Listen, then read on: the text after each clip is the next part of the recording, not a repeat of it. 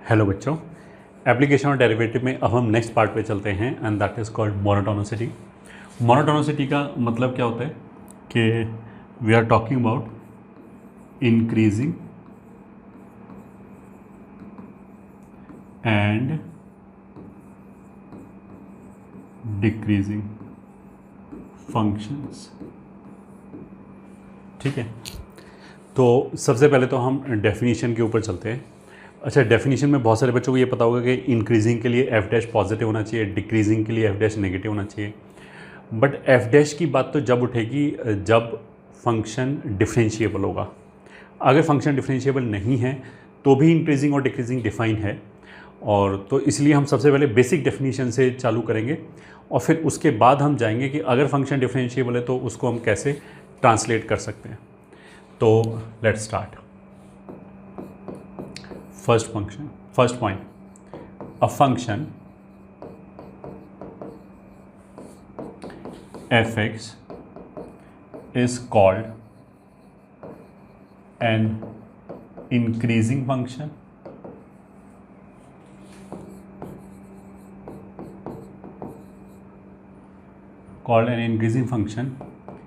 in an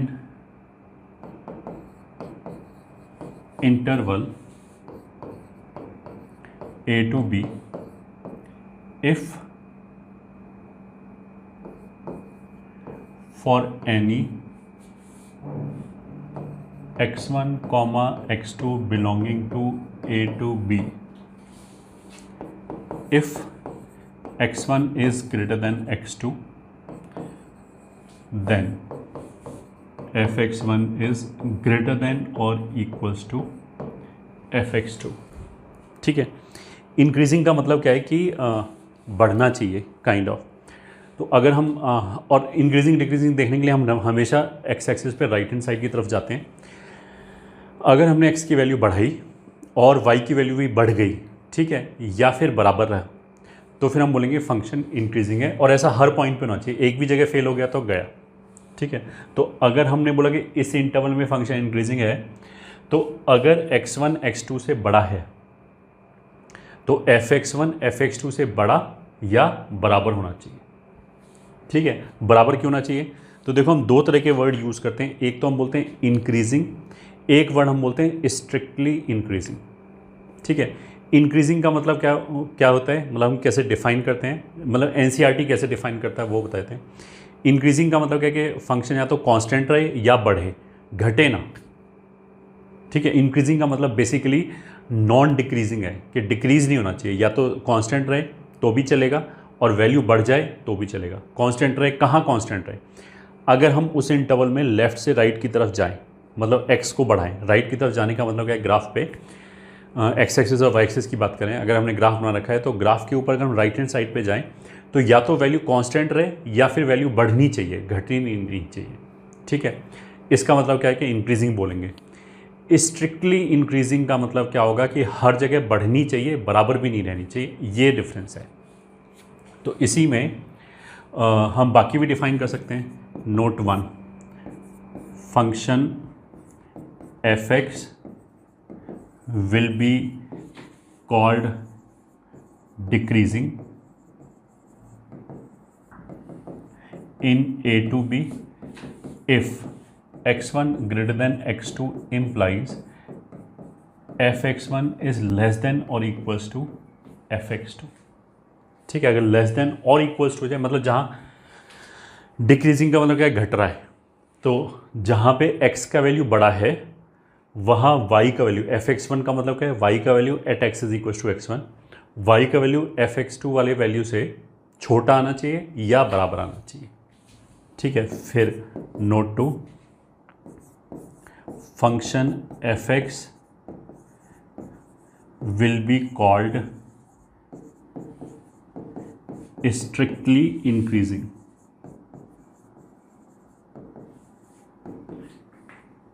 if x1 greater than x2 implies fx1 greater than fx2। ये अंतर आ गया इन दोनों में। ठीक है, इंक्रीजिंग का मतलब क्या है, बराबर भी चलेगा आगे जाने पे और बड़ा भी चलेगा।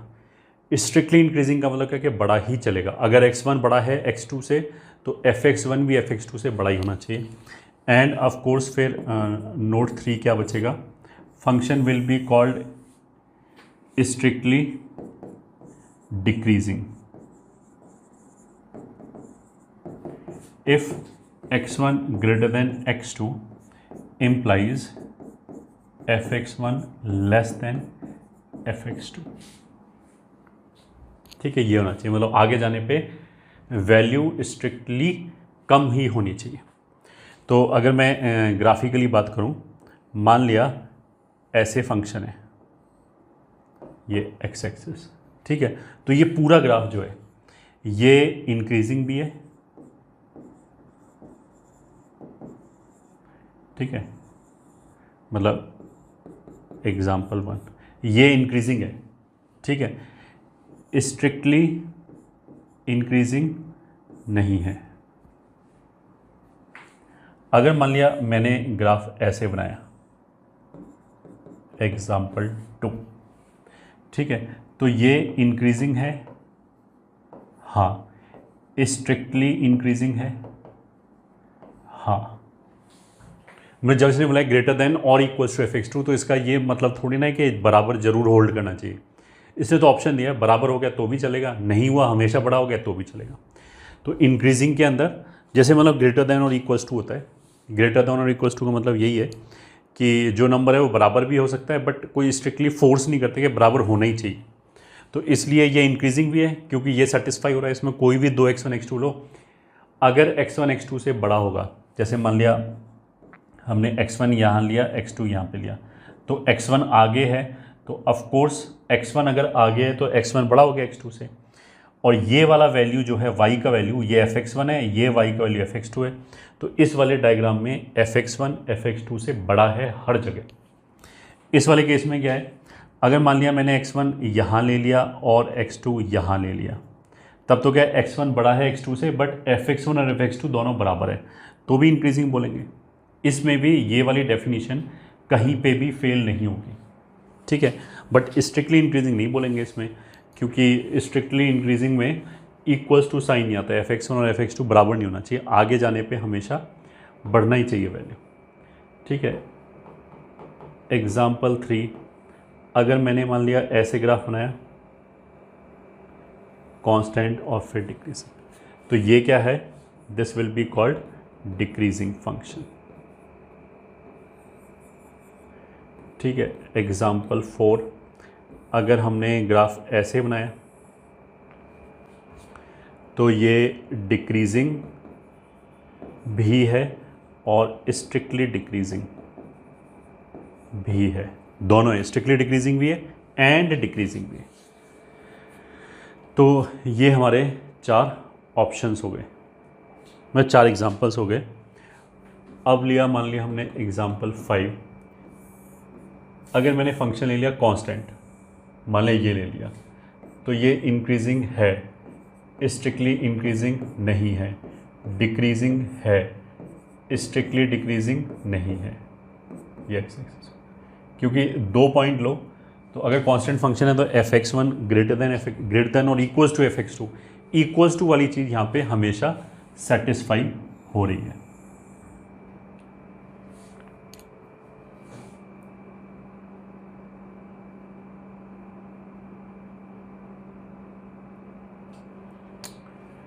ठीक है, ये हो गया।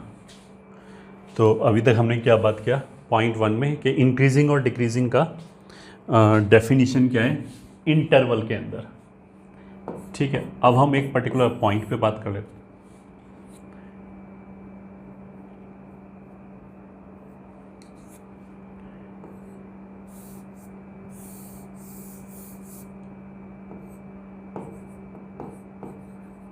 A function fx is said to be increasing या फिर strictly increasing या फिर decreasing या फिर strictly decreasing at x is equals to a if there exists a small positive number h such that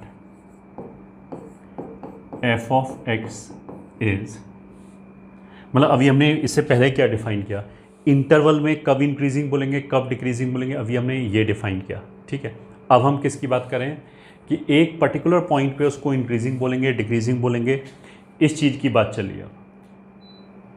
सही है, तो जो एक पर्टिकुलर पॉइंट पे इंक्रीजिंग या डिक्रीजिंग बोलेंगे वो भी हम डिफाइन इंटरवल की हेल्प से ही करेंगे। ये ठीक है, तो इसने क्या बोला कि इंक्रीजिंग स्ट्रिक्टली इंक्रीजिंग चारों को एक साथ ही डील कर लिया हमने। इनमें से x is equal to a पे बोलेंगे अगर there exist a small number h, small positive number h such that F x is यही रेस्पेक्टिवली इंक्रीजिंग और स्ट्रिक्टली इंक्रीजिंग और डिक्रीजिंग और strictly decreasing in the interval a minus h से a plus h। ठीक है, respectively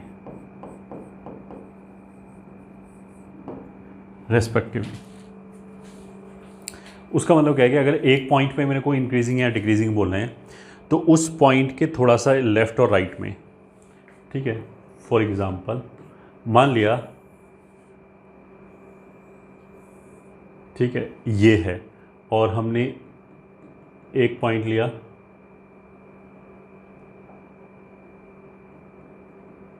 A B C D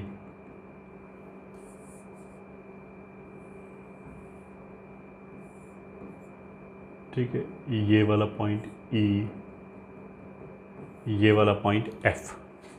ठीक है, अच्छा, पॉजिटिव नंबर लेने का कोई भी सेंस नहीं है, बस पॉजिटिव नंबर लेने का ये मतलब है कि मेरे को तो क्या चाहिए, अगर हम 4 की बात कर रहे हैं तो 4 से थोड़ा सा लेफ्ट में थोड़ा सा राइट में, मतलब 4 माइनस डेल्टा से 4 प्लस डेल्टा तक एक इंटरवल बना लिया।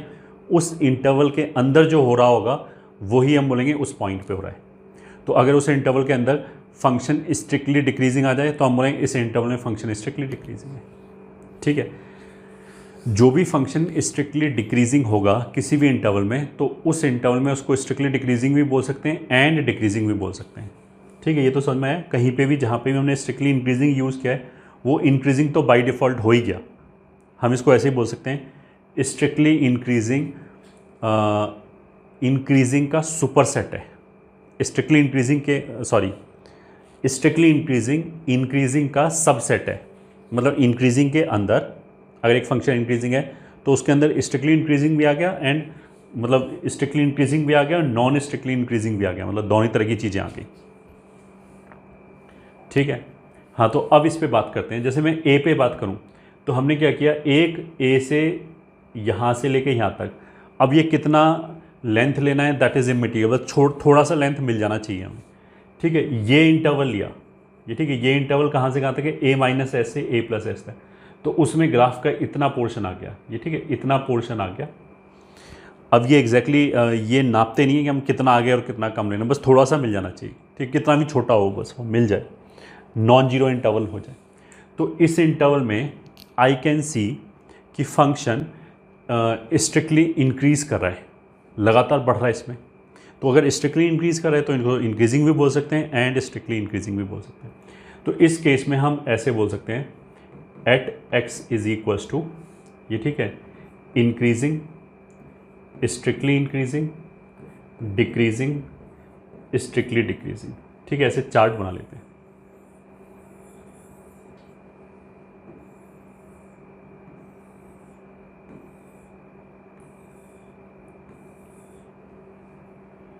ठीक है, ए, फिर B, C, D, E and F. ये देख लें किस पे क्या क्या हो रहा है। ए पे इंक्रीजिंग है, हाँ, स्ट्रिक्टली इंक्रीजिंग है, हाँ, डिक्रीजिंग स्ट्रिक्टली डिक्रीजिंग नहीं है। ठीक है, फिर हम बी पे बात करते हैं। अच्छा, बी के आसपास अगर हमने ये इंटरवल लिया, ठीक है, मतलब बड़ा करके ऐसे इंटरवल लिया, ये बी के आसपास इंटरवल है, ये मान लिया बी है और ये मान लिया हो गया बी माइनस एच से लेके बी प्लस एच तक। तो इसमें देखो, अगर मैंने x1 x2 यहाँ लिया तब तो ये क्या हो रहा है, इंक्रीजिंग आ रहा है। बट अगर मैंने मान लिया यहाँ लिया तो डिक्रीजिंग आ रहा है। ठीक है, अगर एक यहाँ पे लिया तो बराबर, मतलब इसमें सारी तरह की चीज़ें आ रही हैं। तो बी पे ना तो हम इंक्रीजिंग बोल सकते हैं क्योंकि यहाँ तो ये डिक्रीज कर गया, ना स्ट्रिक्टली इंक्रीजिंग बोल सकते हैं, ना डिक्रीजिंग बोल सकते हैं, ना स्ट्रिक्टली डिक्रीजिंग बोल सकते हैं। चारों में से कुछ भी नहीं बोल सकते एट बी। ठीक है, अगर हम सी की बात करें, इतने से इंटरवल में ये ग्राफ नीचे आ रहा है, ग्राफ नीचे आ रहा है तो डिक्रीजिंग है, हाँ। स्ट्रिक्टली डिक्रीजिंग है, हाँ। ठीक है, ये नहीं, नहीं। ठीक है, डी पे बात करें वापस, तो डी पे जो ग्राफ है वो इसी का उल्टा है, ऐसे करके ये डी पे पॉइंट। तो डी पे ना इंक्रीजिंग है, ना डिक्रीजिंग है, ना स्ट्रिक्टली इंक्रीजिंग, ना स्ट्रिक्टली डिक्रीजिंग, कुछ भी नहीं है डी पे इन चारों में से, क्योंकि कोई भी डेफिनेशन फिट नहीं बैठेगा इस पे। ठीक है, फिर हम बात करते हैं ई पे। ई पे क्या है, अब देखो ई पे हमारा ग्राफ कैसे बन रहा है। ठीक है, ई पे हमारा ग्राफ ऐसे बन रहा है। अगर मान लिया ये ई है, फिर इसके बाद कांस्टेंट हो गया, तो अगर ई माइनस एच से ई प्लस एच तक की हम बात करें, ठीक है, एक थोड़ा सा इंटरवल लिया, तो इस इंटरवल में फंक्शन क्या कर रहा है, इस इंटरवल में या तो बढ़ रहा है या कांस्टेंट है।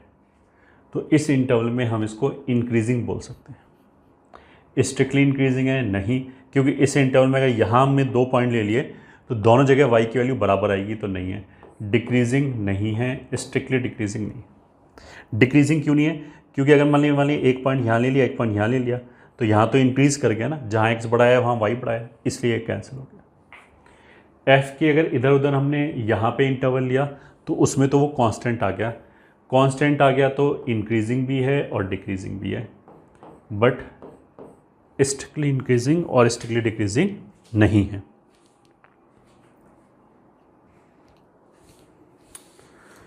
तो अभी तक हमने किस चीज़ की बात की, फंक्शन के स्ट्रिक्टली इंक्रीजिंग स्ट्रिक्टली डिक्रीजिंग की इंटरवल में बात किया। फिर हमने बात किया एक पर्टिकुलर पॉइंट पे क्या हो रहा है। ठीक, अब आगे चलते हैं। कितने पॉइंट हो गए हमारे, 2। ठीक है, अब हम आते हैं थर्ड पॉइंट पे। थर्ड पॉइंट पे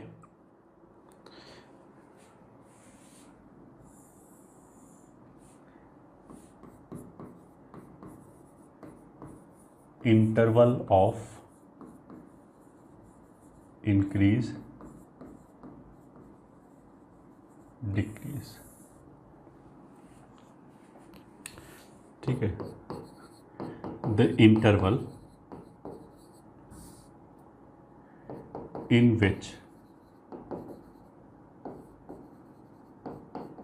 functions increases or strictly increases or decreases or strictly decreases is called, मतलब वो इंटरवल जिसमें फंक्शन स्ट्रिक्टली इंक्रीज कर रहा है तो हम उसको क्या बोलेंगे, interval of strictly increasing, strictly increase. ठीक है, the interval in which function increases is called interval of increase, ये ठीक है, और स्ट्रिक्टली इंक्रीज और डिक्रीज और strictly decrease.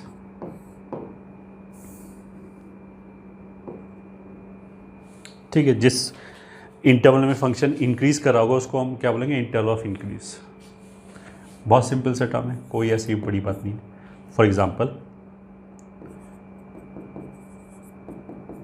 Find interval in which function first part increases, second part strictly increases, third part decreases, fourth part strictly decreases. ठीक है, और graph ऐसे दे रखा है, ये मान लिया हो गया 5, ये एक्स एक्सेस है। तो आंसर कितना हो जाएगा फर्स्ट पार्ट का, वो कौन सा पार्ट है जिसमें इंक्रीज कर रहा है, तो वो आ जाएगा माइनस इन्फिनिटी से, मतलब डोमेन इसका आर है, पूरे एक्स एक्सिस पे ग्राफ है, ये लगातार ऊपर ही आ रहा है, तो 5 से पहले पहले क्या होगा, लगातार ग्राफ ऊपर आ रहा है तो इंक्रीजिंग ही है। ठीक है, तो से 5 तक। अच्छा 5 पे क्लोज क्यों लगाया वो हमें समझ में आएगा अभी। सेकेंड पार्ट में आ जाएगा माइनस इन्फिनिटी से 5 तक। इस इंटरवल में फंक्शन स्ट्रिक्टली इंक्रीज भी कर रहा है एंड इंक्रीज भी कर रहा है, दोनों बात है। ठीक है, थर्ड पार्ट में डिक्रीज कहाँ पे कर रहा है, तो 5 क्लोज्ड से इन्फिनिटी। फोर्थ पार्ट में स्ट्रिक्टली डिक्रीज क्या कहाँ से कहाँ तक कर रहा है, वो भी यही है, 5 क्लोज्ड से इन्फिनिटी। अब ऐसा बोलने पे बच्चे के दिमाग में सबसे पहले क्या जाएगा कि 5 को दोनों जगह कैसे इंक्लूड कर लिया।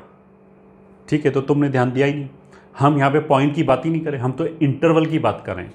ठीक है, अगर मैंने ये इंटरवल लिया 5 से इन्फिनिटी, ठीक है, मैंने ये बोला कि इस इंटरवल में फंक्शन स्ट्रिक्टली डिक्रीज कर रहा है।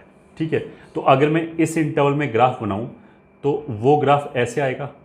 ठीक है, तो अगर इसमें स्ट्रिक्टली डिक्रीज कर रहा है तो x1 greater than x2 implies fx1 less than fx2, ये ट्रू होना चाहिए इस इंटरवल की किसी भी दो x1 x2 के लिए।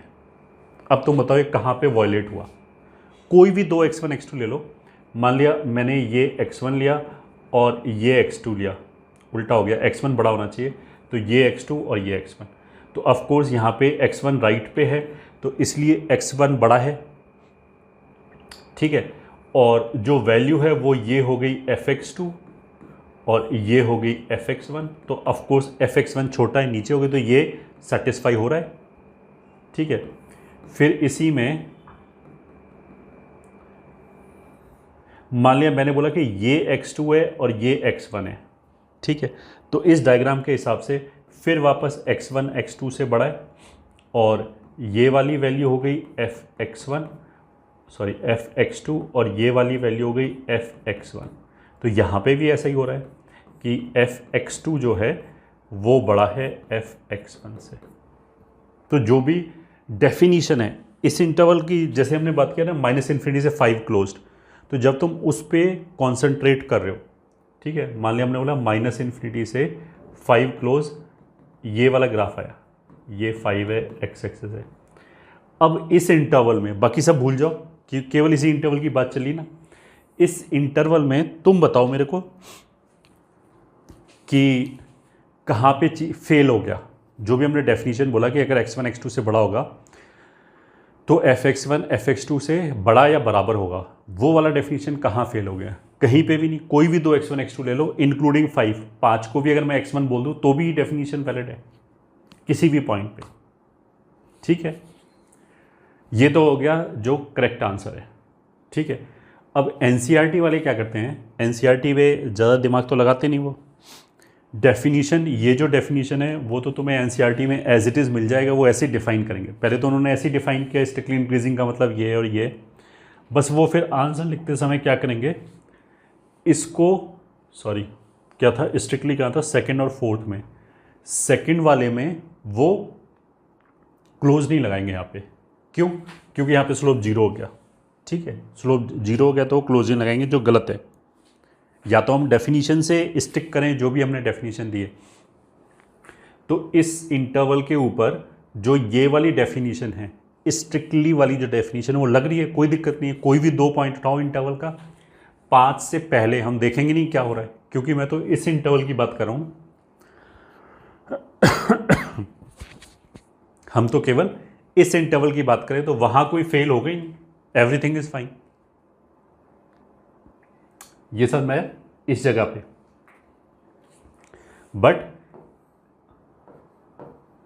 फॉर NCERT, ये ठीक है, IIT में तो ऐसे ही देंगे हम आंसर, ठीक है। और अब एक बच्चा बोलेगा मेंस में कैसे देंगे, मेंस तो CBSE वाले ही बनाते हैं। तो मेंस में देखो इस तरह की कोई दिक्कत आएगी नहीं। पहली बात तो कि वो दोनों ऑप्शंस में -∞ से 5 ओपन भी लिख दें और -∞ से 5 क्लोज भी लिख दें। और अगर बाई चांस दे ही दिया तो फिर हम NCERT वाला फॉलो करेंगे, ठीक है। फॉर NCERT फर्स्ट का आंसर -∞ से 5 क्लोज्ड, सेकेंड का आंसर -∞ से 5 ओपन। ये ठीक है, मैथमेटिकली गलत है ये, बट वो NCERT वाले ऐसे लिखेंगे, ठीक है। थर्ड पार्ट हो गया 5 से इन्फिनिटी, एंड फोर्थ पार्ट हो गया ओपन 5 से इन्फिनिटी। और करेक्ट आंसर तो वैसे ये है, ठीक है। तो IIT JEE एडवांस में अगर आए तो हम ऐसे देंगे, मेंस में ऐसे देंगे, ठीक है। वैसे आएगा नहीं, इतना टेंशन मत लो, इतने सालों से बच्चे दे रहे हैं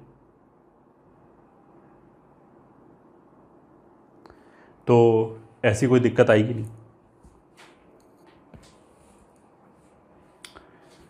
ठीक है।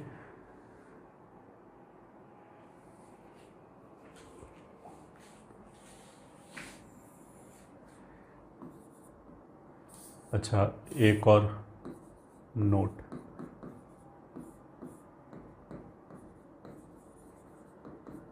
while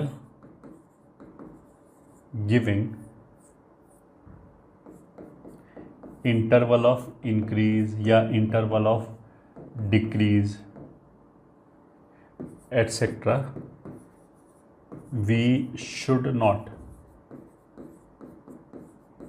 use union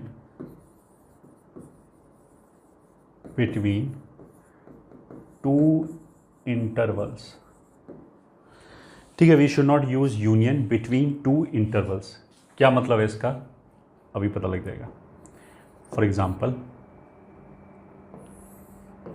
अगर मान लिया ग्राफ ये है, ठीक है, ये मान लिया 3 है, ये मान लिया 7 है एक्स एक्सेस, तो interval in which function first part decreases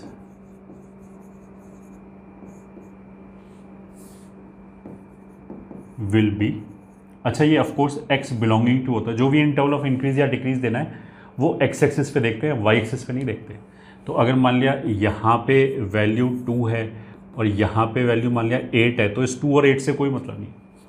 तो डिक्रीजेस कहाँ डिक्रीज़ करा है, ये ग्राफ नीचे जा रहा है बस, बाकी तो ये भी ऊपर जा रहा है, ये भी ऊपर की तरफ जा रहा है। और ये हमने पहले बोला था फंक्शन में रेंज पढ़ाते समय कि हम उल्टा नहीं जाते, हम ये नहीं बोलते ये तो नीचे जा रहा है, हम राइट हैंड साइड पे चल के देखते हैं, फिर देखते हैं ग्राफ ऊपर जा रहा है नीचे जा रहा है, ठीक है। तो ये ग्राफ ऊपर ही बोला जाएगा, ऐसे नीचे नहीं बोला जाएगा। ऐसे बोलने में तो हम उल्टा जा रहे हैं, ठीक है, जाएंगे इधर ही। तो ग्राफ जो नीचे जा रहा है वो केवल इतने इंटरवल में जा रहा है, तो वो आ जाएगा 3 to 7 क्लोज्ड, ठीक है। Second, strictly decreases will be, यही आएगा, वो भी 3 पे क्लोज, 7 पे क्लोज्ड। और जैसे मैंने बोला NCERT के हिसाब से दोनों जगह ओपन लगा देंगे, ये ठीक है। जहाँ पे भी ऐसे घूम रहा है, जहाँ पे भी स्लोप 0 है उस पर ओपन लगा देंगे। NCERT के लिए ये दोनों ओपन रहेगा, ये दोनों क्लोज ही रहेगा, ठीक है। हम तो अब करेक्ट चीज़ पढ़ा रहे हैं, ठीक है। थर्ड चीज, इंक्रीजेज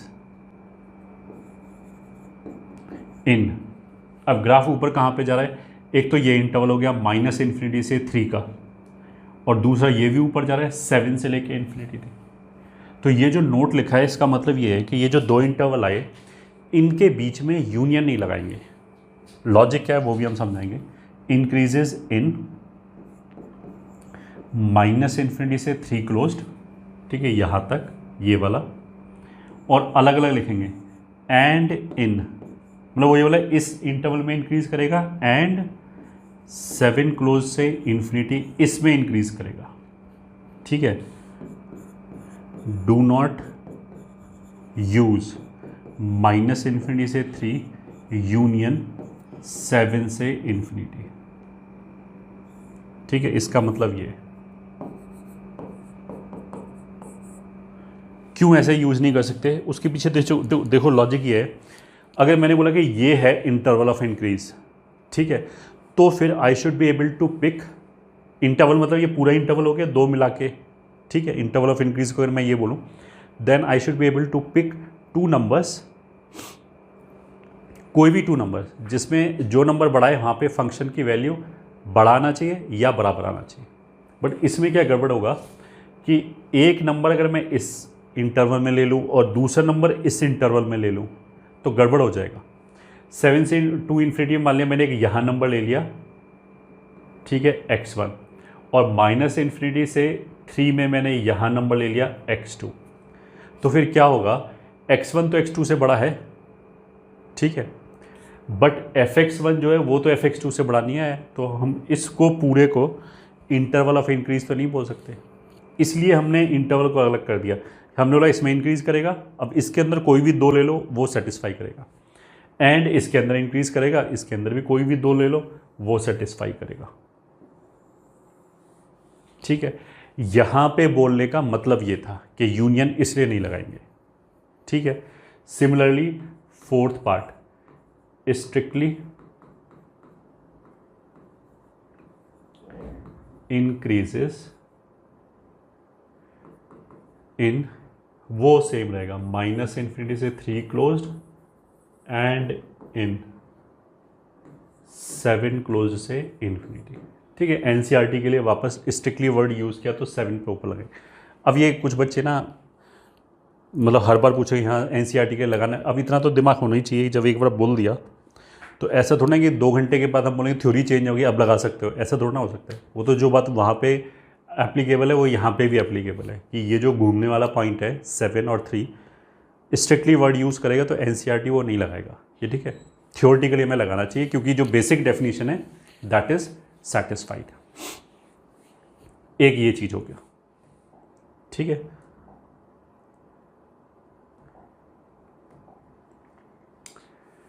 ओके,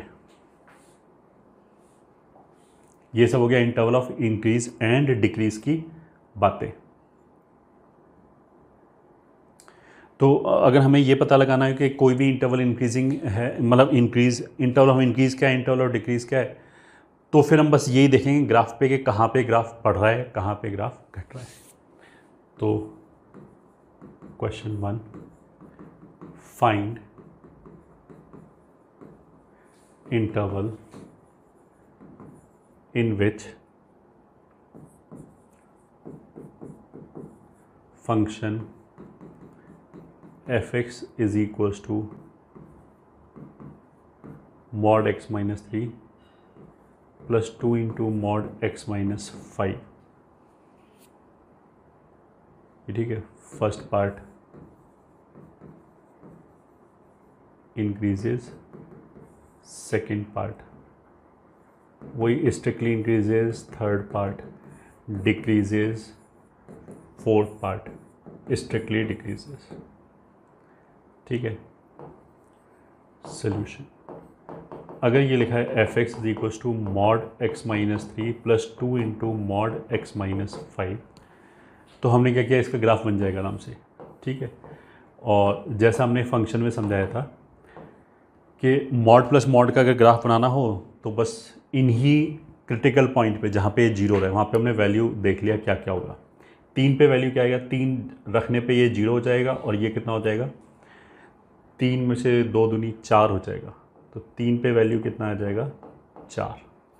ठीक है, 5 पे वैल्यू कितना आ जाएगा, 5 रखेंगे तो ये 0 हो जाएगा और ये वैल्यू कितना हो जाएगा 2, तो 5 के ऊपर वैल्यू कितना हो जाएगा 2। ठीक है, अब अगर इन्फिनिटी की तरफ जाएंगे तो वैल्यू इन्फिनिटी को जाएगा, माइनस इन्फिनिटी की तरफ जाएंगे तो भी वैल्यू माइनस इन्फिनिटी, तो भी इन्फिनिटी को जाएगा। तो ग्राफ इसका ऐसे बनेगा, ऐसे करके बनेगा। ठीक है, तो अब आंसर लिख सकते हैं। आंसर फर्स्ट पार्ट इंक्रीजेस, तो ये तो लगातार नीचे जा रहा है, तो इंक्रीजेस तो ये हो गया 5 क्लोज्ड से infinity. Second part strictly increases, तो स्ट्रिक्टली इंक्रीज कहाँ पे कर रहा है, इसी में कर रहा है 5 से इन्फिनिटी। थर्ड पार्ट डिक्रीजेस, तो इसमें भी डिक्रीज कर रहा है, फिर उसके आगे भी डिक्रीज कर रहा है, तो माइनस इन्फिनिटी से 5 closed. Fourth part strictly decrease है, तो माइनस इन्फिनिटी से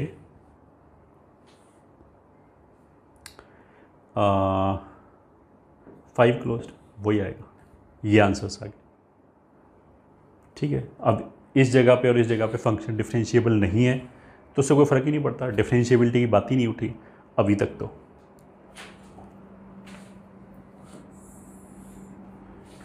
ठीक है, क्वेश्चन 2।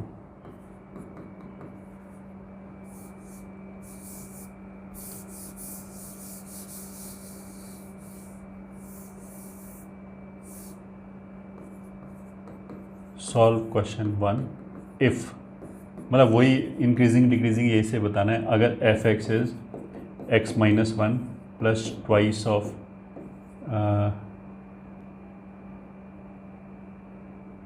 एक्स माइनस टू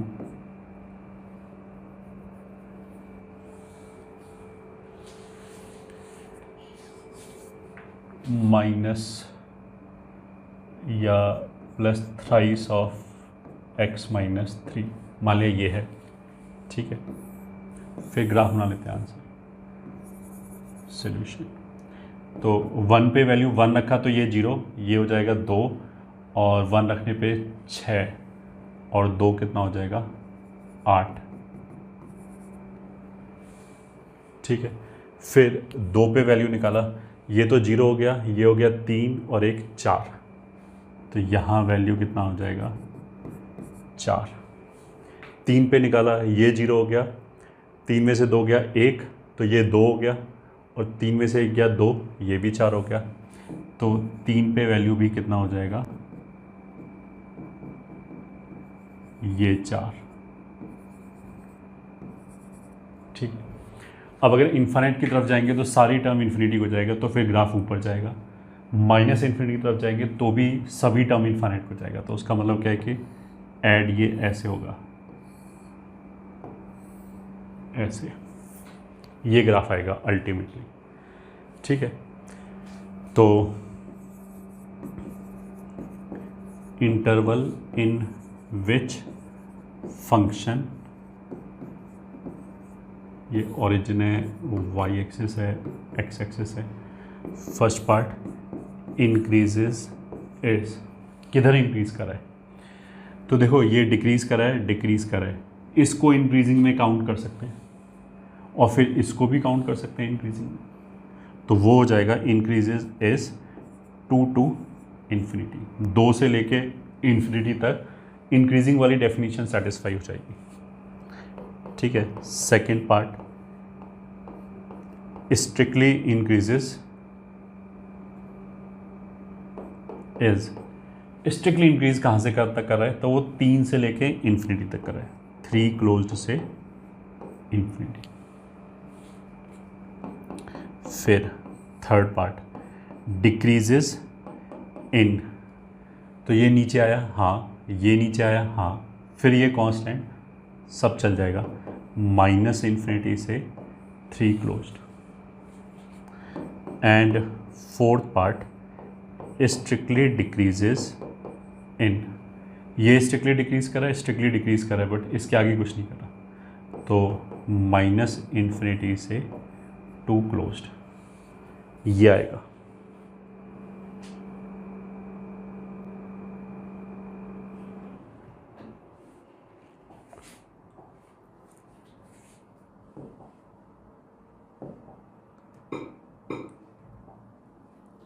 ठीक है,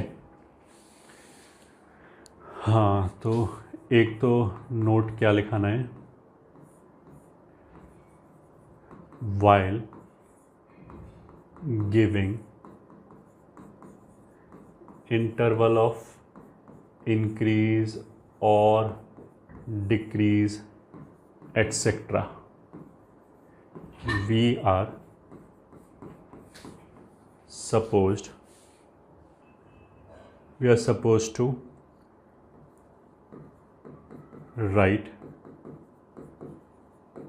interval on x-axis, not on y-axis। ये ठीक है, वैल्यूज़ ऑफ x लिखना होता है। तो जैसे यहाँ पे ये फंक्शन इंक्रीज कर रहा है, ये ठीक है, स्ट्रिक्टली इंक्रीज कर रहा है, तो हम 3 से इन्फिनिटी बोलेंगे। इसको ऐसे देख के नहीं बोलेंगे 4 से इन्फिनिटी, वाई एक्सिस पे नहीं देखते, एक्स एक्सिस पे देखते हैं। ये समझाया गया है यहाँ पे, ठीक है। So this was note. And third point, interval of increase या डिक्रीज की बात चल रही थी। अब हम आ जाते हैं फोर्थ पॉइंट पे। For a differentiable function to be, first part increasing, second part strictly increasing, third part decreasing, fourth part strictly decreasing in an interval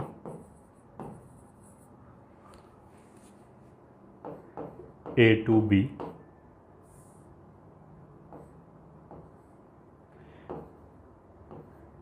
we should have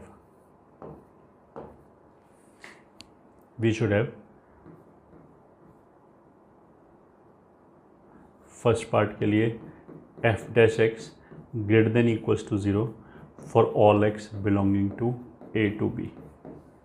मतलब क्या है इस बात का कि अगर हमें एक फंक्शन इंक्रीजिंग चाहिए एक पर्टिकुलर इंटरवल में, तो और डिफरेंशिएबल फंक्शन है ऑफ कोर्स। अब डिफरेंशिएबल फंक्शन की बात चले, ये तो डिफरेंशिएबल नहीं था। डिफरेंशिएबल नहीं होने का मतलब ये नहीं कि इंक्रीजिंग डिक्रीजिंग नहीं होगा। इंक्रीजिंग डिक्रीजिंग के लिए ना तो हमें डिफरेंशिएबिलिटी चाहिए, ना ही कॉन्टिन्यूटी चाहिए, ठीक है। अगर ये डिसकॉन्टिन्यूस होता तो भी हम निकाल सकते थे। खैर, अगर डिफरेंशिएबल है तो कॉन्टिन्यूस तो हो गई होगा ऑफ कोर्स। तो F dash x greater than equals to 0 होना चाहिए उस इंटरवल में, तो वो इंक्रीजिंग होगा, ठीक है। अब देखो ये थोड़ा हजम कम होगा शुरू में। अगर स्ट्रिक्टली इंक्रीजिंग चाहिए सेकंड वाला, तो भी f dash x greater than equals to 0 होना चाहिए for all x belonging to a to b, ये ठीक है। And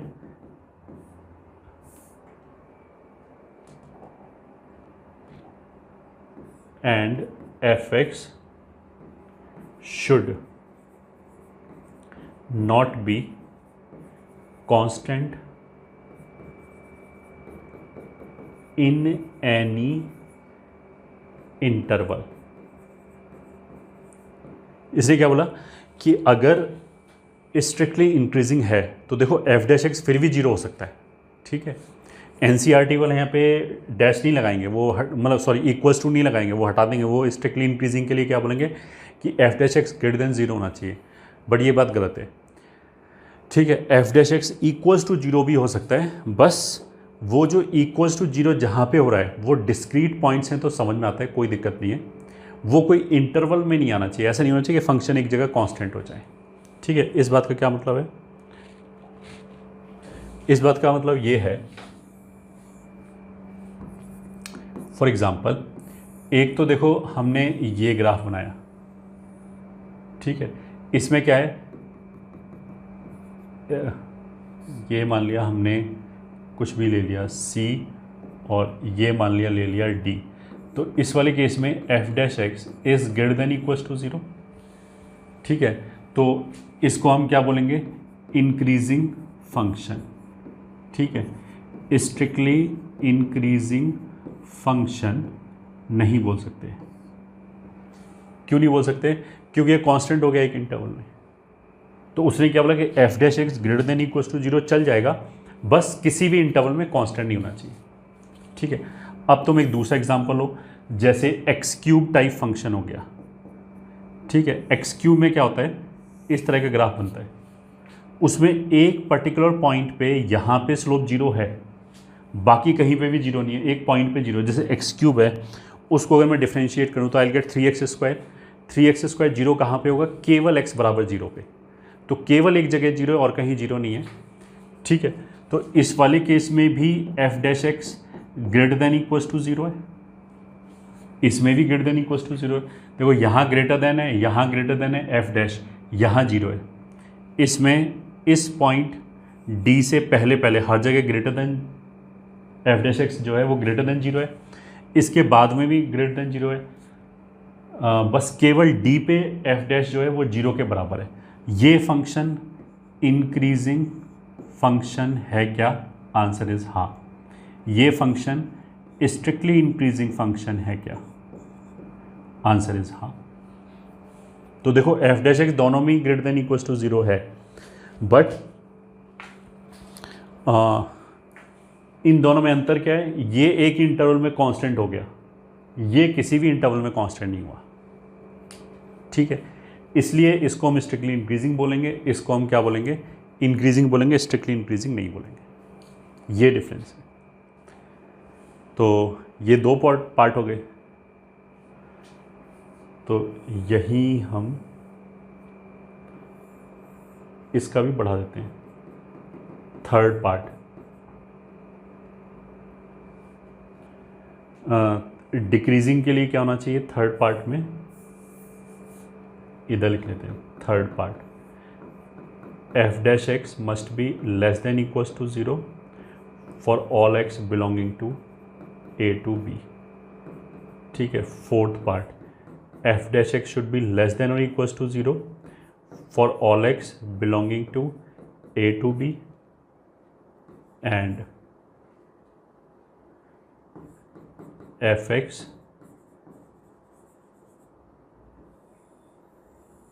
should not be constant function in any interval. f(x) should not be a constant function in any interval। मतलब वही चीज़ है, अगर increasing में समझ में आया हो तो डिक्रीजिंग में अपने आप समझ में आएगा, उसमें कुछ बताने लायक है ही नहीं, ठीक है। ये हो गया। अच्छा, f' ग्रेटर देन और इक्वल्स टू जीरो में जो इक्वल्स टू जीरो वाले पॉइंट है वो ऐसा भी हो सकता है इनफाइनाइट पॉइंट हो, ऐसा भी हो सकता है, बस वो किसी एक इंटरवल में नहीं आना चाहिए। जैसे मान लिया हमने ग्राफ ऐसे बनाया, ठीक है। अब यहाँ पे भी स्लोप जीरो है, फिर यहाँ पे भी स्लोप जीरो है, एक पॉइंट पे, इंटरवल नहीं है, एक पॉइंट पे जीरो। तो यहाँ पे भी f'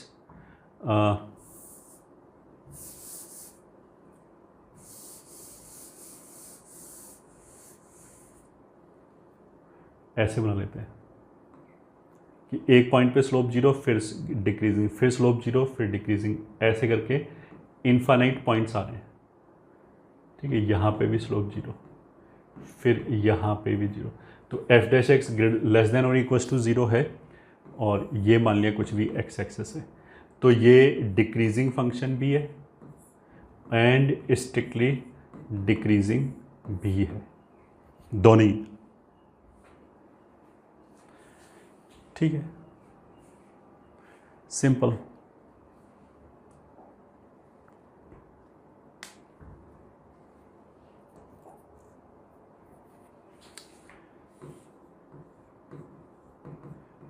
Note 1,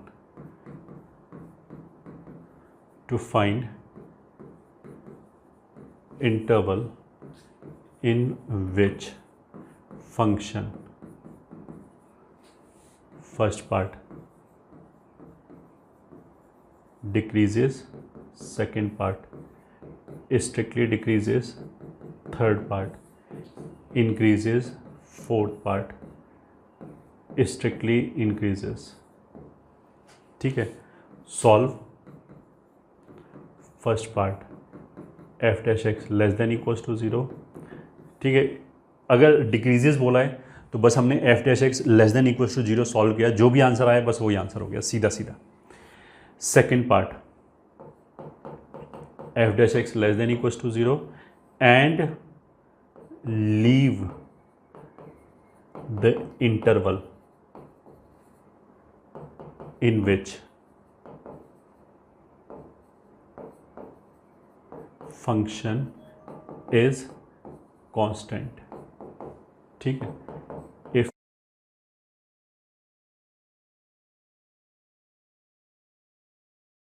इसका मतलब क्या है कि f dash x less than equals to zero and leave the interval in which function is constant. मतलब अगर हमने f dash x less than equals to zero को सॉल्व किया, उसके बाद मेरे को कोई ऐसा इंटरवल मिला जहां एफ डैश जीरो के बराबर एक इंटरवल में आ रहा हो पूरे में, तो पूरे इंटरवल में एफ डैश अगर जीरो आ रहा होगा तो वहाँ फंक्शन कांस्टेंट होगा। उस इंटरवल को नहीं काउंट किया, उसको हटा दिया। ठीक है, सिमिलरली अगर मेरे को डिक्रीजेस चाहिए तो केवल हमने ये सॉल्व कर लिया f dash x less than equals to zero, और कुछ भी मेरे को चेक करने की जरूरत नहीं है। बट अगर मेरे को स्ट्रिक्टली डिक्रीजिंग चाहिए तो F dash x less than equals to zero check किया, एंड फिर उसके बाद वही हमने देखा कि ऐसा तो नहीं किसी इंटरवल में फंक्शन लगातार कांस्टेंट आ रहा हो। अगर कोई इंटरवल में कांस्टेंट आ रहा होगा तो उसको छोड़ दिया। ये ठीक है, इसका मतलब ये हो गया। चलो अब आगे चलते हैं। एक बहुत इंपॉर्टेंट नोट क्या है, if function f x is strictly increasing then x one greater than x two implies and is implied by f x one greater than F x two. मतलब कि अगर मेरे को पता है कि फंक्शन स्ट्रिक्टली इंक्रीजिंग है तो कोई भी एक इनइक्वालिटी दे रखा है, इसको तो हम इनइक्वालिटी की तरह ट्रीट कर सकते हैं। Quantity one is greater than quantity two, तो दोनों तरफ अगर हमने उस फंक्शन को लिया, ठीक है, स्ट्रिक्टली इंक्रीजिंग फंक्शन को, तो इनइक्वालिटी का साइन चेंज नहीं होगा। पहली बात तो यह है कि हम दोनों तरफ फंक्शन को ले सकते हैं, जैसे हम बोलते हैं दोनों तरफ लॉग ले लिया, इस तरह की बात, ये ठीक है, इनइक्वालिटी का साइन चेंज नहीं होगा।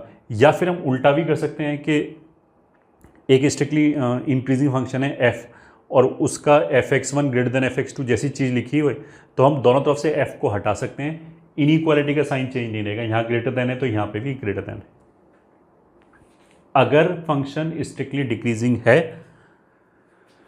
तो फिर दोनों तरफ इनइक्वालिटी, कोई भी एक इनइक्वालिटी दे रखा है उसके दोनों तरफ हमने फंक्शन लिया तो साइन रिवर्स हो जाएगा। जैसे ग्रेटर देन का साइन जो है वो लेस देन में कन्वर्ट हो गया। या अगर f का वैल्यू लिखा हुआ है दो डिफरेंट आर्ग्यूमेंट पे और बीच में इनइक्वालिटी का साइन है, तो दोनों तरफ से हम f हटा सकते हैं, बस इनइक्वालिटी का साइन मेरे को पलटना पड़ेगा। ठीक है, रीजन क्या है, स्ट्रिक्टली डिक्रीजिंग का मतलब ये देखो x की वैल्यूज हो गई, ये तो क्या हो गया, वैल्यूज ऑफ x, ये ठीक है, ये हो गया values of y corresponding x पे। तो डिक्रीजिंग का मतलब क्या हो गया, जहां आगे जाके वैल्यू नीचे जाएगा तो आगे जाने पे x बढ़ेगा और नीचे जाने का मतलब क्या है, y घटेगा। तो डिक्रीजिंग का मतलब ये हो गया कि जहां पे x बड़ा होगा वहां पे y छोटा होगा। तो ये भी यही बोला है, x1 और x2 में x1 बड़ा है तो fx1 जो उसके y का वैल्यू है वो छोटा है, ये ठीक है, and this is the reason. अब हमें समझ में आएगा कि इनइक्वालिटी जो हम लॉग में यूज़ करते हैं ना, लॉग में बोलते थे ना कि अगर बेस एक से बड़ा हो तो लॉग हटा दिया दोनों तरफ, ऐसे ही बेस एक से छोटा हो तो इनइक्वालिटी का साइन रिवर्स करते थे। उसके पीछे अब लॉजिक ये है कि अगर बेस एक से छोटा होगा तो फंक्शन बेसिकली डिक्रीजिंग होता है। ठीक है, जैसे मान लिया मैंने log 1/3 x का ग्राफ बनाया, तो ये जो फंक्शन है वो ऐसे डिक्रीजिंग होगा। डिक्रीजिंग होने से क्या हो गया कि अगर कहीं पे ऐसे लिखा है log 3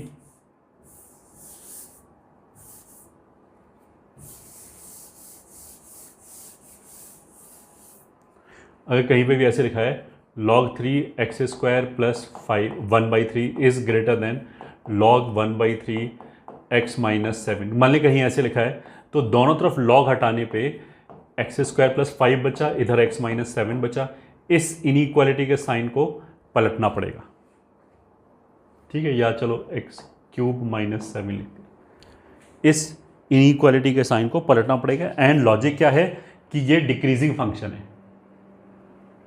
डिक्रीजिंग फंक्शन में दोनों तरफ हमने हटाया या दोनों तरफ हमने लिया। तो फॉर एग्जाम्पल 1, ये ठीक है। एग्जाम्पल 2, जैसे बहुत सिंपल एग्जाम्पल हो गया, कॉट इनवर्स का ग्राफ ऐसे होता है। ठीक है, y axis, origin, x axis. तो अगर मान लिया यहाँ पे मैंने x1 लिया और यहाँ पे मैंने x2 लिया, ठीक है, तो इस डायग्राम के हिसाब से x1 x2 से बड़ा है। दोनों तरफ अगर मैंने कॉट इनवर्स लिया तो cot inverse x1 cot inverse x2 से छोटा हो जाएगा, क्योंकि कॉट इनवर्स डिक्रीजिंग फंक्शन है। तो वो तुम देख लो, यहाँ पे जो वैल्यू है ये आ रहा है कॉट इनवर्स x2, और यहाँ पे जो वैल्यू है वो ये आ रहा है, this is cot inverse x1। तो ये वैल्यू नीचे है y की वैल्यू, तो इसलिए कॉट इनवर्स x1 छोटा है। tan इनवर्स होता तो उल्टा हो जाता, ठीक है। एग्जाम्पल 3 में अगर कहीं ऐसे लिखा है कुछ भी कि x1 ग्रेटर देन x2, तो पहली बार तो जो tan इनवर्स होगा वो r में डिफाइंड है, तो कुछ भी आर्ग्यूमेंट है वो चलेगा, प्लस वो स्ट्रिक्टली इंक्रीजिंग है, क्योंकि tan इनवर्स का ग्राफ तो ऐसे बनता है, ठीक है। This is strictly increasing. तो यहां से tan inverse x1 will be greater than, यहां देखो इनइक्वालिटी का जो साइन है ग्रेटर देन वो चेंज नहीं हुआ, tan inverse greater than tan inverse x2 ऐसे ही रहा, ठीक है। या फिर अगर कुछ दे रखा है कि tan inverse alpha is greater then tan inverse beta, इस तरह की हमारे पास अगर कोई इनइक्वालिटी है, दोनों तरफ से मैंने tan इनवर्स को हटाया तो अल्फा ग्रेटर देन बीटा ही रहेगा, ठीक है, सही है। अब देखो साइन एक्स हो गया, साइन एक्स क्या होगा, बढ़ेगा घटेगा बढ़ेगा घटेगा, तो वो तो इंक्रीजिंग भी होगा डिक्रीजिंग भी होगा। तो साइन एक्स फंक्शन की बात करें, साइन इन्वर्स की बात नहीं करें, साइन इन्वर्स तो इंक्रीजिंग ही होगा -1 से 1 तक जहाँ पे वो डिफाइन है। साइन एक्स जो है वो इंक्रीजिंग और डिक्रीजिंग दोनों होगा, किसी इंटरवल में इंक्रीज कर रहा है किसी में डिक्रीज कर रहा है। तो दोनों तरफ हम साइन नहीं ले सकते इन जनरल, कुछ भी अगर दो इनइक्वालिटी लिखा है तो दोनों तरफ हम साइन नहीं ले सकते, ठीक है। अब मान लिया मैंने 2x की वैल्यू ले लिया 0 और π/2 के बीच में, तो 0 और π/2 के बीच में तो मेरे को पता है कि साइन इंक्रीजिंग होता है, ठीक है। तो 0 और π/2 के बीच में अगर दो वैल्यूज़ लिया है और मेरे को पता है कि इस इंटरवल में साइन इंक्रीजिंग होता है, तो हम दोनों तरफ साइन ले सकते हैं, ठीक है। फिर important note, if fx increases in two non-overlapping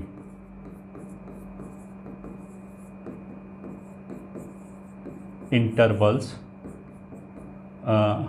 I1 या K1 बोलते हैं, intervals K1 and K2, then we cannot relate value of function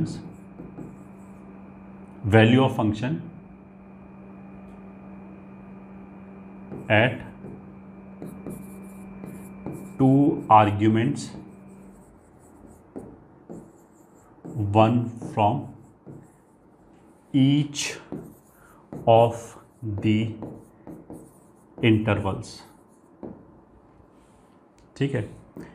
that is if x1 belongs to k1 and x2 belongs to k2 and if x1 is greater than x2, then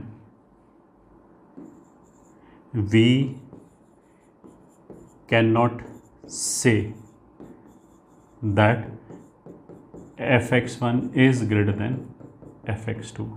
ये ठीक है, can not बोला है, ये मत सुन लेना कि we can say, ऐसे नहीं, उल्टा वी कैन नॉट से, ठीक है। क्या मतलब है इसका, इसको ऐसे देख लो, ये मान लिया इंटरवल K1 है, ये K2 है, ठीक है। तो उसने क्या बोला कि x1 x2 से बड़ा है, x1 मान लिया यहाँ पे है और x2 मान लिया यहाँ पे है। तो x1 अगर x2 से बड़ा है तो कहाँ पे वैल्यू बड़ी आएगी, कुछ भी नहीं कह सकते अगर ये इंटरवल अलग अलग है। अगर x1 x2 दोनों इसी इंटरवल में होते, K1 में होते, तो बोल सकते थे। बट अगर अलग अलग इंटरवल हैं, जैसे ये बोला नॉन ओवरलैपिंग, मतलब ये ओवरलैप नहीं हो रहा है इंटरवल, ये अलग है ये अलग है, तो आपस में वैल्यूज़ को रिलेट नहीं कर सकते।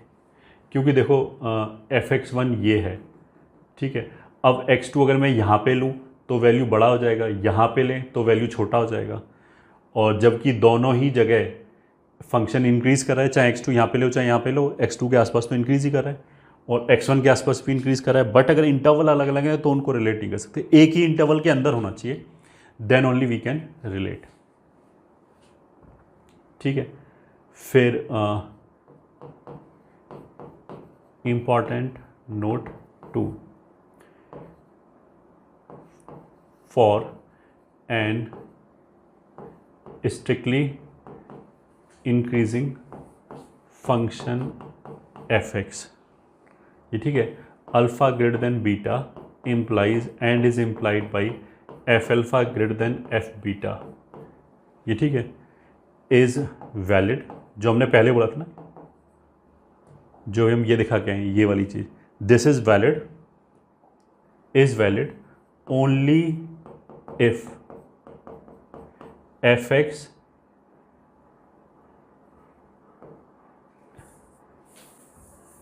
fx increases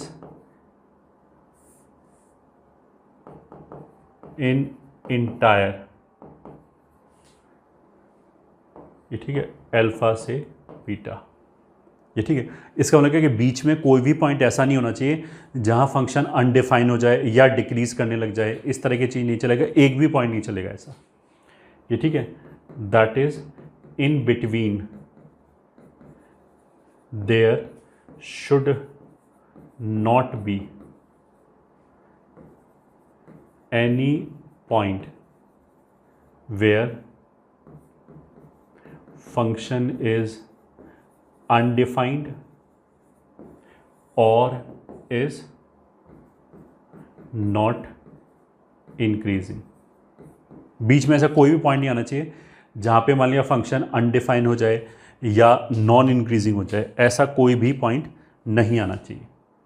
ठीक है, एक भी पॉइंट आ गया तो रिलेट नहीं कर सकते।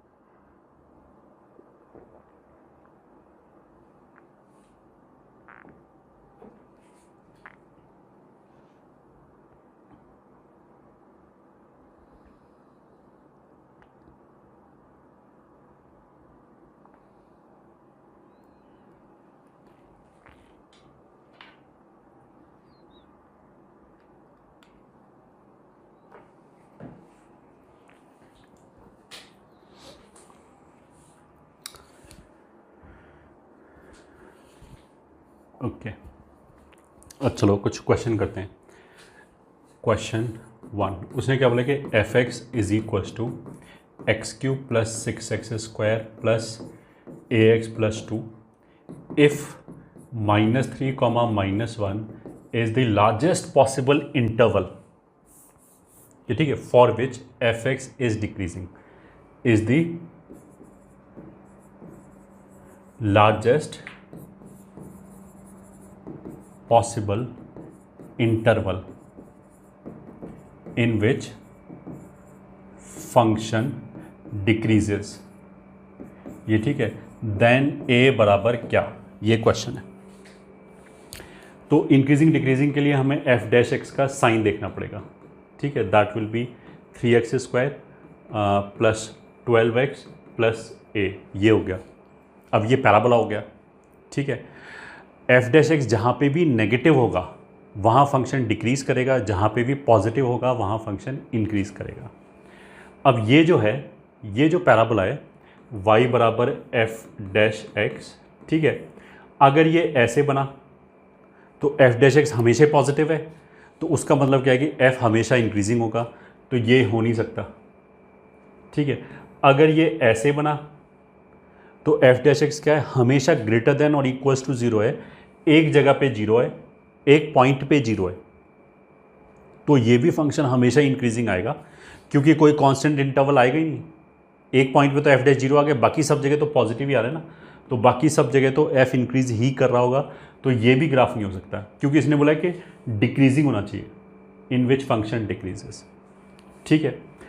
अगर हमने ऐसे लिया फंक्शन, ये मान लिया अल्फ़ा हो गया, ये बीटा हो गया, ठीक है, तो इन अल्फ़ा से beta F dash x is negative, this implies F decreases, ठीक है। और इन माइनस इन्फिनिटी से alpha F dash x positive है, इसका मतलब क्या है कि एफ इंक्रीजेज, और इन बीटा से infinity F dash x positive है, ये ऊपर है ना ग्राफ, ये y बराबर एफ डैश एक्स का ग्राफ है, ये ठीक है, ये दोनों तो हो ही नहीं सकते, दीज आर नॉट पॉसिबल, यही पॉसिबल है, तो इसमें भी f क्या करेगा, इंक्रीजेस। अच्छा, अगर मैंने इसका कोई छोटा सा इंटरवल ले लिया, ठीक है, यहाँ से लेके यहाँ तक, मान लिया गामा से लेके डेल्टा तक, तो गामा से डेल्टा तक भी एफ डैश नेगेटिव है, वहाँ पर भी फंक्शन डिक्रीज करेगा। बट इसने क्या बोला है कि जो लार्जेस्ट पॉसिबल इंटरवल है जहाँ फंक्शन डिक्रीज कर सकता है वो -3 से -1 है, इससे ज़्यादा डिक्रीज नहीं कर सकता। ऐसे ही इस वाले केस में ये अल्फ़ा और बीटा क्या है, इसके रूट्स हैं, ये ठीक है, इसके रूट्स अल्फ़ा बीटा है,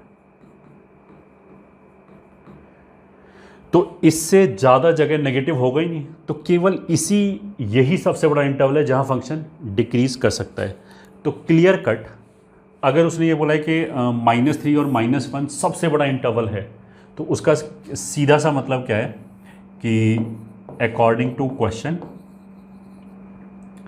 alpha should be -3 and beta should be -1, as simple as this. मतलब इस इक्वेशन के रूट -3 और -1 होने चाहिए, ठीक है। तो जो प्रोडक्ट ऑफ रूट आएगा,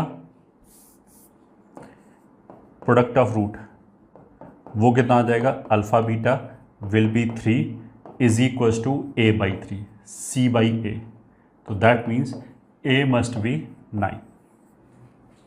तो a मस्ट बी 9 का मतलब क्या है, b is the correct answer, ठीक है। अब देखो, अगर ये लार्जेस्ट वर्ड यूज नहीं करता फिर तो उसने ये बोला कि इस इंटरवल के अंदर फंक्शन डिक्रीज करेगा, मतलब -3 से -1 तक एफ डैश जो है वो नेगेटिव होना चाहिए, और उसके इधर उधर उसे कोई मतलब नहीं, उसके आगे पीछे नेगेटिव हो या ना हो उसको कोई फर्क नहीं पड़ता। तो उस वाले केस में तो क्या होता कि जो हमारे रूट्स होते अल्फा और बीटा वो -3 और -1 के बाहर होना चाहिए, ठीक है। अब -3 से छोटा कितना भी हो सकता था, 1 से बड़ा, -1 से बड़ा कितना भी हो सकता था, तो उस वाले केस में तो इनफाइनाइट पॉसिबिलिटी थी। बट जब इसने बोला ना कि लार्जेस्ट पॉसिबल इंटरवल यही है, बस इसके बाहर नहीं है, तो फिर हमें पता लग गया कि -3 और -1 खुद ही रूट होना चाहिए, तभी ऐसा पॉसिबल है, ठीक है। तो इस बात से एक और हमारा इंपॉर्टेंट नोट क्या आया, इंपॉर्टेंट नोट कि अगर हमें fx का मोनोटोनिसिटी का मतलब है इंक्रीजिंग और डिक्रीजिंग बिहेवियर, अगर मैंने बोला कि फंक्शन इज मोनोटोनिक, उसका मतलब है either it is entirely increasing, हर समय इंक्रीज कर रहा है, और हमेशा डिक्रीज कर रहा है, ये ठीक है। चलो पहला एक नोट तो हम यही लिख लेते हैं, if fx is monotonic then that means either it is entirely increasing function or it is entirely decreasing,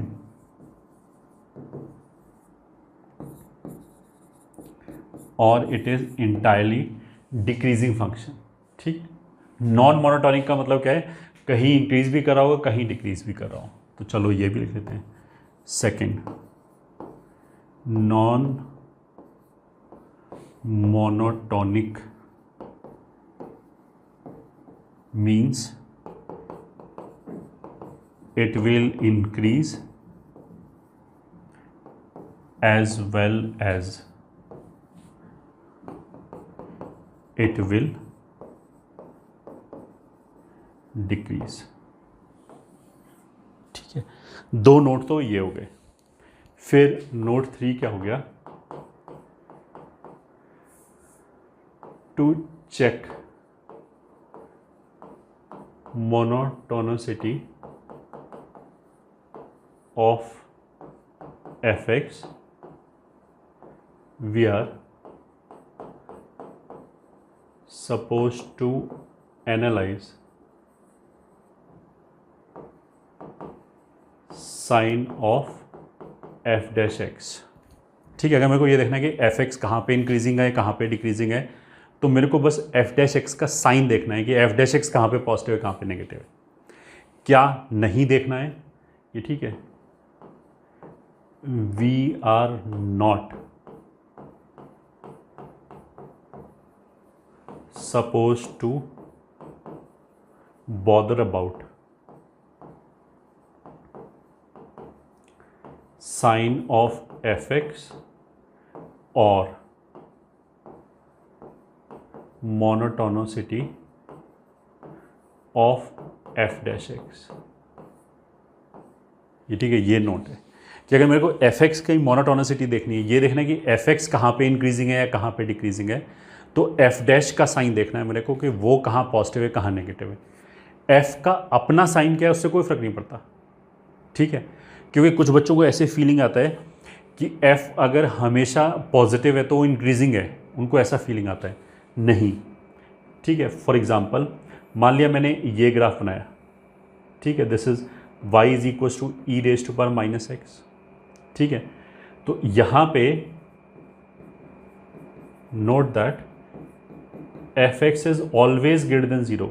इसका एक्स एक्सिस से ऊपर ही ग्राफ आएगा हमेशा, बट उसका ये मतलब थोड़ा कि ये इंक्रीजिंग हो गया, ये ठीक है। But F dash x is less than zero, this implies function is always decreasing, ठीक है। एफ एक्स पॉजिटिव है नेगेटिव है उससे कोई फर्क नहीं पड़ता, ठीक है। चलो एक और क्वेश्चन लिख लेते हैं, question 2, find interval in which F x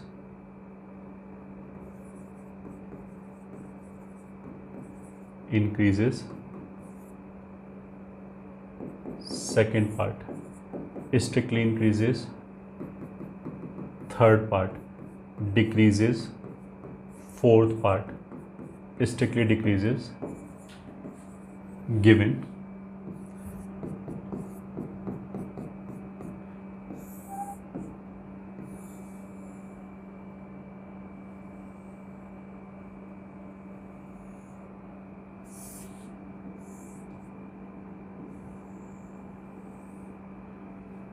ठीक है। ये किसका ग्राफ है, y बराबर एफ डैश एक्स का ग्राफ है। अब मान लिया ये 1 है, ये 3 है, 4 है, ये मान लिया 5 है, 7, 8, 10, 12 और मान लिया ये 14 है, ये है, ठीक है। तो आंसर, इसमें बहुत सारे बच्चे क्या गलती करेंगे, अगर मैंने बोला कि फर्स्ट पार्ट में इंक्रीज़ कहाँ कर रहा है तो वो देखेगा यहाँ इंक्रीज़ कर रहा है, बट ये तो एफ डैश एक्स है और हमें किसका बताना है, find interval of in which F x का बताना है। तो ये एफ एक्स का ग्राफ तोड़ना है, तो इस पर तोड़ना, देखें क्या ऊपर है क्या नीचे। अगर मेरे को एफ एक्स का इंक्रीज़ या डिक्रीज़ चाहिए, एफ एक्स का इंक्रीज़ या डिक्रीज़ चाहिए, तो हम क्या देखेंगे कि एफ डैश का ग्राफ कहाँ पे पॉजिटिव है कहाँ पे नेगेटिव है, मतलब ये एक्स एक्सिस के ऊपर कहाँ है एक्स एक्सिस के नीचे कहाँ है, बस। तो अब ये देखो ये सारा ऊपर ही है एक्स एक्सिस, ये एक्स एक्सिस ही बना रखा है, ये एक्स एक्सिस के ऊपर है मतलब पॉजिटिव है। अच्छा 4 पे एक पॉइंट के लिए 0 तो हुआ, बट उसके आसपास इधर उधर पॉजिटिव ही है, ठीक है। तो यहाँ सब इंक्रीजिंग होगा 7 तक, 7 तक लगातार ग्राफ कभी भी नीचे नहीं गया, ठीक है। तो अगर हम इंक्रीजेस की बात करें तो हम बोलेंगे -∞ से 7 क्लोज्ड, ये ठीक है। इस पूरे इंटरवल में इंक्रीजेस है, फिर ये लगातार ग्राफ नीचे है, फिर 14 के बाद ऊपर गया एंड 14 से इन्फिनिटी, ये हो गया, ठीक है। सेकेंड पार्ट स्ट्रिक्टली इंक्रीजेस, यही आंसर है, माइनस इन्फिनिटी से 7 एंड इन 14 से इन्फिनिटी। ठीक है। थर्ड पार्ट डिक्रीजेस, डिक्रीज कहाँ पे करेगा, जहाँ पे भी एफ डैश नेगेटिव है। तो ये तो बेसिकली फॉर एफ एक्स बोला जा रहा है। ठीक है, तो नेगेटिव कहाँ पे, ग्राफ नीचे कहाँ पे, अब ये खुद ऊपर नीचे जा रहा है उससे कोई फर्क नहीं पड़ता, मेरे को तो ये देखना एक्स एक्सिस नीचे है क्या। अगर नीचे है तो एफ डैश नेगेटिव है, एफ डैश नेगेटिव है तो एफ डिक्रीज करेगा। तो 7 से लेके 14 तक नीचे ही है, तो 7 क्लोज्ड से 14 क्लोज्ड तक नीचे ही है। ठीक है। एंड फोर्थ पार्ट यही आएगा 7 से 14, ये आंसर हो गया हमारा। ठीक है, तो इन इंटरवल में ये हो रहा है, क्योंकि हम केवल ये देख रहे हैं ऊपर नीचे कहाँ पे है। अगर मैं बोल दूं फॉर एफ डैश एक्स क्या होगा, ठीक है, f dash x first part increases इन, ऊपर कहाँ से कहाँ तक ग्राफ गया, देखो 1 2 3 एंड इन, फिर ऊपर कहाँ से कहाँ तक गया, ये ऊपर गया 4 से 5। अब हम एफ डैश एक्स की बात करें, एफ एक्स की नहीं, एंड इन 4 to 5, ये ऊपर गया, फिर नीचे नीचे, फिर ये ऊपर गया, तो 8 से 10 एंड इन 8 to 10। ठीक है, 8 से 10, फिर ये नीचे गया, फिर 12 के बाद लगातार ऊपर गया, and in 12 to infinity, increases as well as strictly increases in, यही इंटरवल है जिसमें ये स्ट्रिक्टली इंक्रीज भी कर रहा है। Second part decreases and strictly decreases इन। अब नीचे देखो ग्राफ कहाँ से, ये नीचे गया 1 तक, तो माइनस इन्फिनिटी से 1, क्योंकि अब वापस एफ डैश एक्स की ही बात चल रही ये। ठीक है, फिर 3 से 4 में नीचे गया, एंड इन 3 क्लोज्ड से 4 क्लोज्ड, 3 से 4 में नीचे गया, 4 से 5 ऊपर, फिर 5 से 7 नीचे, 7 से 8 नीचे, तो 5 से लेके लगातार 8 तक नीचे जा रहा है, एंड इन 5 to 8, फिर 8 से 10 तक ऊपर, 10 से 12 नीचे, एंड इन 10 से 12, ये हो गया।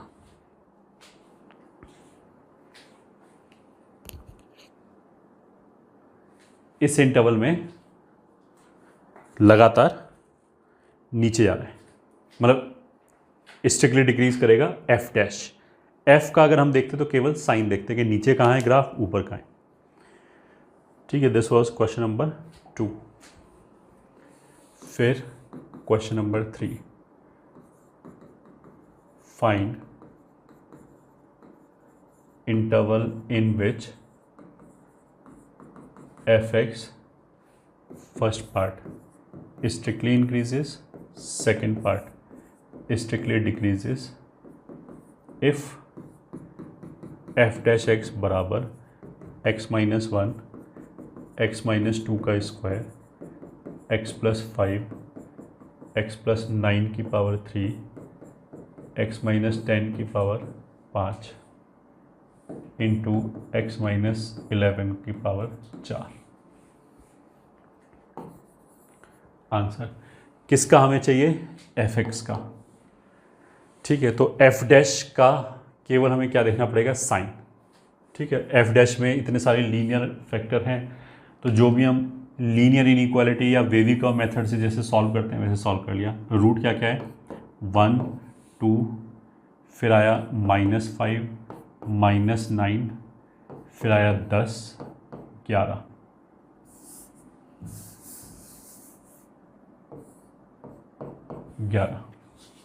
अब इसमें इवन रूट कहाँ पे आया, एक तो 2 पे ये कट हो गया, एक 11 पे ये कट हो गया। ठीक है, तो साइन स्कीम क्या आएगी, plus plus minus minus plus minus plus. तो फर्स्ट पार्ट का आंसर क्या आएगा, स्ट्रिक्टली इंक्रीजेस। तो एक ये इंटरवल हो गया माइनस इन्फिनिटी से -9 क्लोज्ड, एंड इन दूसरा इंटरवल ये हो गया -5 से 1 क्लोज्ड, एंड इन 10 से 11, 11 से इन्फिनिटी, तो 10 से इन्फिनिटी तक लिख सकते हैं, 10 टू इन्फिनिटी, ये हो गया। इसमें F dash x greater than equal to 0 है, और देखो इस पॉइंट पे एफ डैश 0 है, ठीक है, बट इसकी वजह से कांस्टेंट इंटरवल नहीं बन सकता। कांस्टेंट इंटरवल का बनने का मतलब क्या है कि एफ डैश का वैल्यू पूरे इंटरवल में 0 होना चाहिए। तो ऐसा थोड़ा होगा कि 11 से लेके 12 तक, इसमें 11 से 12 तक कुछ भी रखो वैल्यू 0 ही आएगा, ऐसा तो नहीं। 11 रखने पे ये 0 आ जाएगा, बट उसके आगे जैसे ही चलेंगे ये सारे टर्म नॉन जीरो हो जाएंगे, तो इसलिए सब कुछ इंक्लूड होगा। मतलब इन पर्टिकुलर पॉइंट्स पे 0 है, ठीक है, कोई भी इंटरवल नहीं बना, कांस्टेंट फंक्शन नहीं आया, तो इसलिए स्ट्रिक्टली इंक्रीजिंग में सभी आ जाएगा। सेकेंड पार्ट स्ट्रिक्टली डिक्रीजिंग, पहला ये नेगेटिव, तो -9 से -5 एंड इन ये नेगेटिव इसको मिला के लिख सकते हैं 1 से लेके 10 तक, एंड बस यही नेगेटिव बचे, तो यही दोनों, तो यही हमारा आंसर हो गया कि जो फंक्शन है वो स्ट्रिक्टली डिक्रीजिंग इन इंटरवलों में है। This was question number 3। Next है question number 4। The number of integral values of A for which F x is equal to X cube plus A plus 2x square plus 3ax plus 5 is monotonic. Monotonic का मतलब क्या है कि entirely increasing में हो सकता है और डिक्रीजिंग में हो सकता है। For all x belonging to R is monotonic for all x belonging to R, ठीक है। मोनोटॉनिक का मतलब क्या है, या तो हमेशा इंक्रीजिंग हो या हमेशा डिक्रीजिंग होगा। तो F x is monotonic for all x belonging to R implies या तो F dash x greater than equals to 0 हो for all x belonging to R, या फिर F dash x less than equals to 0 हो for all x belonging to R. मैं F dash X का sign change नहीं होना चाहिए। अगर वो हमेशा नेगेटिव होगा तो ये हमेशा डिक्रीजिंग होगा। मोनोटॉनिक में तो दोनों आता है, हमेशा इंक्रीज करे तो भी चलेगा, हमेशा डिक्रीज करे तो भी चलेगा। तो अगर F dash x greater than equals to 0 हुआ तो हमेशा इंक्रीज करेगा चलेगा, हमेशा डिक्रीज करेगा चलेगा। तो अब हम एफ डैश एक्स निकालते हैं। तो एफ डैश एक्स कितना हो गया, 3x square plus A plus 2 into 2x plus 3a। तो क्या होना चाहिए, एफ डैश एक्स या तो हमेशा less than equals to 0 for all x belonging to R, या फिर case 1, case 2 F dash x greater than equals to 0 for all x belonging to R. ये दोनों चीज़ होनी चाहिए, ठीक है। अब ये देखो जो एफ डैश एक्स है ये बेसिकली पैराबोला है, क्वाड्रेटिक है, पैराबोला है, और ये पॉजिटिव होने का मतलब क्या है कि पैराबोला अपवर्ड है। पैराबोला अपवर्ड हमेशा नेगेटिव नहीं हो सकता। मतलब पैराबोला अपवर्ड कोई भी बनाओ, ऐसा थोड़ा कि वो हमेशा एक्सिस के नीचे ही आए, उसका पूरा ग्राफ माइनस इन्फिनिटी से प्लस इन्फिनिटी तक, तो नॉट पॉसिबल। इसने ये नहीं बोला कि एफ डैश कहीं नेगेटिव होना चाहिए, इसने बोला कि हमेशा नेगेटिव होना चाहिए for all x belonging to R, वो पॉसिबल नहीं है। तो not possible as parabola upward can not be negative for all x belonging to R. अब पैराबोला अपवर्ड की बात करते हैं। F dash x greater than equals to 0 हो सकता है, पैराबोला अपवर्ड है और हमेशा ग्रेटर देन इक्वल्स टू 0 चाहिए, तो ये या ये दोनों चल जाएगा, ठीक है। अगर पैराबोला अपवर्ड है ये नहीं चलेगा, क्योंकि इसमें क्या होगा, इस पॉइंट से इस पॉइंट तक ये नीचे गया, मतलब एफ डैश नेगेटिव आ गया, मतलब एफ डिक्रीजिंग हो गया, तो ये नहीं होना चाहिए।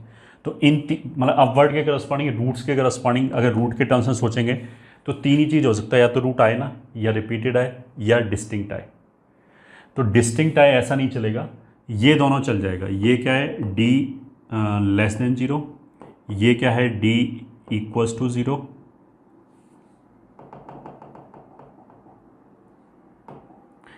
इस वाले केस में तो रूट आया नहीं तो d लेस देन 0, इस वाले केस में रिपीटेड रूट आया तो d इक्वल्स टू 0, इस वाले केस में डिस्टिंक्ट रूट आया तो d ग्रेटर देन 0। तो इसके लिए हमारा d क्या होना चाहिए, लेस देन और इक्वल्स टू 0। कुछ बच्चों की मतलब टेंडेंसी होता है कि दुनिया में कोई भी क्वेश्चन पूछो वो हमेशा d greater than equals to 0 लिखेंगे पहले। ऐसा नहीं है, इस क्वेश्चन के हिसाब से d less than equals to 0 which implies b square, तो 4 टाइम्स a प्लस 2 का होल स्क्वायर माइनस 4ac,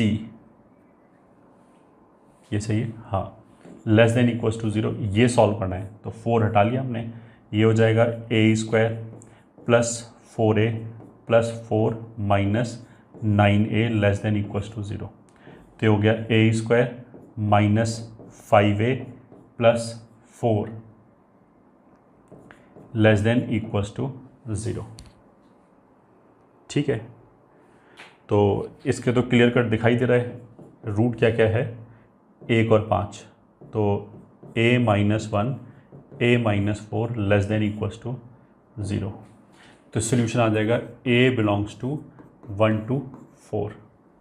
ठीक है, क्वेश्चन में क्या पूछा है कि how number of integral values पूछा है कि कितनी इंटीग्रल वैल्यूज़ हैं जिसके लिए ऐसा हो रहा होगा। तो इसमें नंबर ऑफ इंटीजर्स कितने आ जाएंगे, इंटीग्रल वैल्यूज़ ऑफ a बराबर 4, 1 2 3 4। तो अगर 4 हैं तो आंसर कितना हो जाएगा b, तो b इज़ द आंसर। ठीक है।